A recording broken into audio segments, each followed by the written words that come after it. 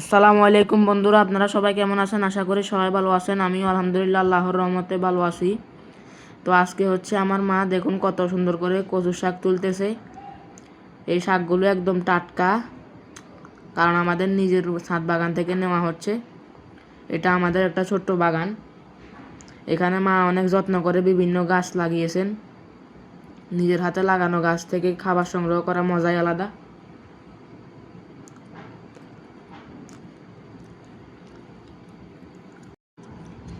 তো দেখুন বন্ধুরা, আমাদের ছাদ বাগান থেকে আজকের রান্নার জন্য তাজা কচু শাক সংগ্রহ করা হয়ে গেছে। মায়ের হাতে তোলায় কচুর শাক এখন পরিষ্কার করে রান্নার জন্য প্রস্তুত করা হবে। এখন মা মাছ রান্না করার জন্য হাফ ভাজা করতেছে। কচুর সয়া দিয়ে আজকে মাছ রান্না হবে, আপনারা দেখতে থাকুন। এই যে মাছ ভাজাগুলা,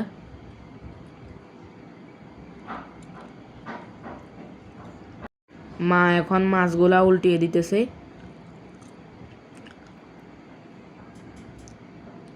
তো আপনাদের কার কার মাছ ভাজা খেতে পছন্দ কমেন্টে জানাবেন। তো মাছ ভাজা কিন্তু এদিকে হয়ে যাচ্ছে। তো দেখুন আমাদের মাছ ভাজা হয়ে গেছে। মাছগুলো কত সুন্দর সোনালী রঙের হয়েছে। এখন এই মাছ ভাজা দিয়ে মা কচুর শাক রান্না করবেন। কচুর সয়া, পেঁয়াজ, রসুন সবগুলো এখন তেলে ভাজা করতেছে। এখানে এখন এগুলা হচ্ছে টমেটো সস।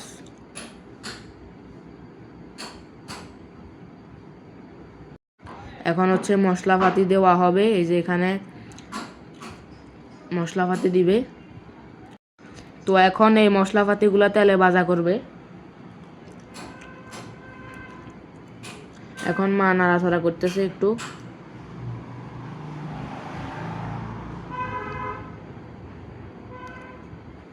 রান্নার ঘ্রাণ কিন্তু অনেক সুন্দর লাগছে। মায়ের হাতের রান্নার স্বাদ সবসময় আলাদা।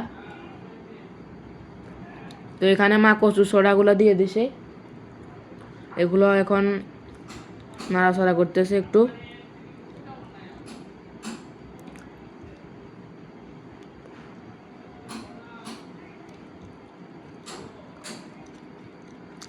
এই যে এগুলা নাড়াচাড়া করা শেষ।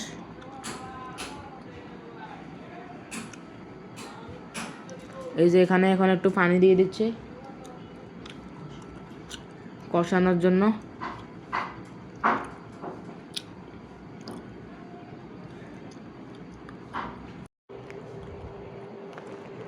তো আলহামদুলিল্লাহ আমাদের মাছ ভাজা শেষ হয়ে গেছে। দেখুন মাছের ঝোলটা কত সুন্দর হয়েছে। আরও অনেক ঘ্রাণ লাগতেছে, ভালো লাগে ঘ্রাণ। মা খুব যত্ন করে রান্না করছে। তো এগুলা হচ্ছে আমাদের ছাদ বাগানের মায়ের গাছ থেকে তুলে আনা মরিচ। এগুলা দিয়ে মা আজকে রান্না করতেছে। এখানে হচ্ছে ভাত। এই যে এখানে মাছ ভাজাগুলা, মাছ রান্না।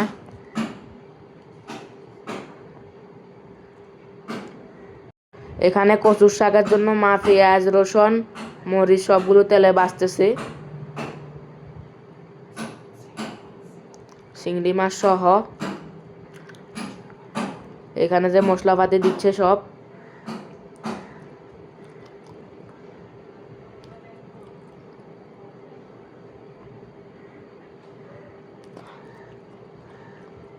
এই যে এগুলো এখন সব মশলাপাতি দেওয়া শেষ, এখন নাড়াচাড়া করতেছি।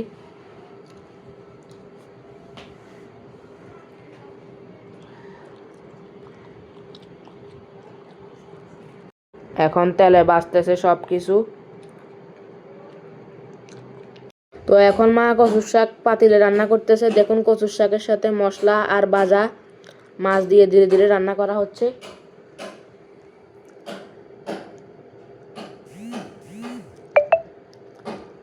এই যে কচুর শাকগুলো সব দিয়ে দিছে।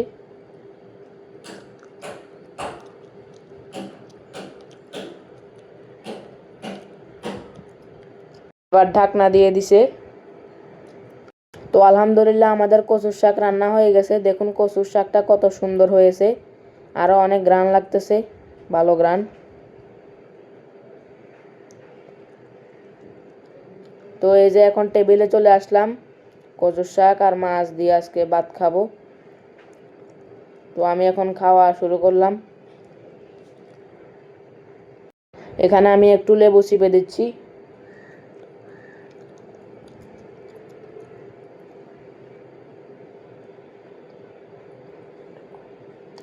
টক।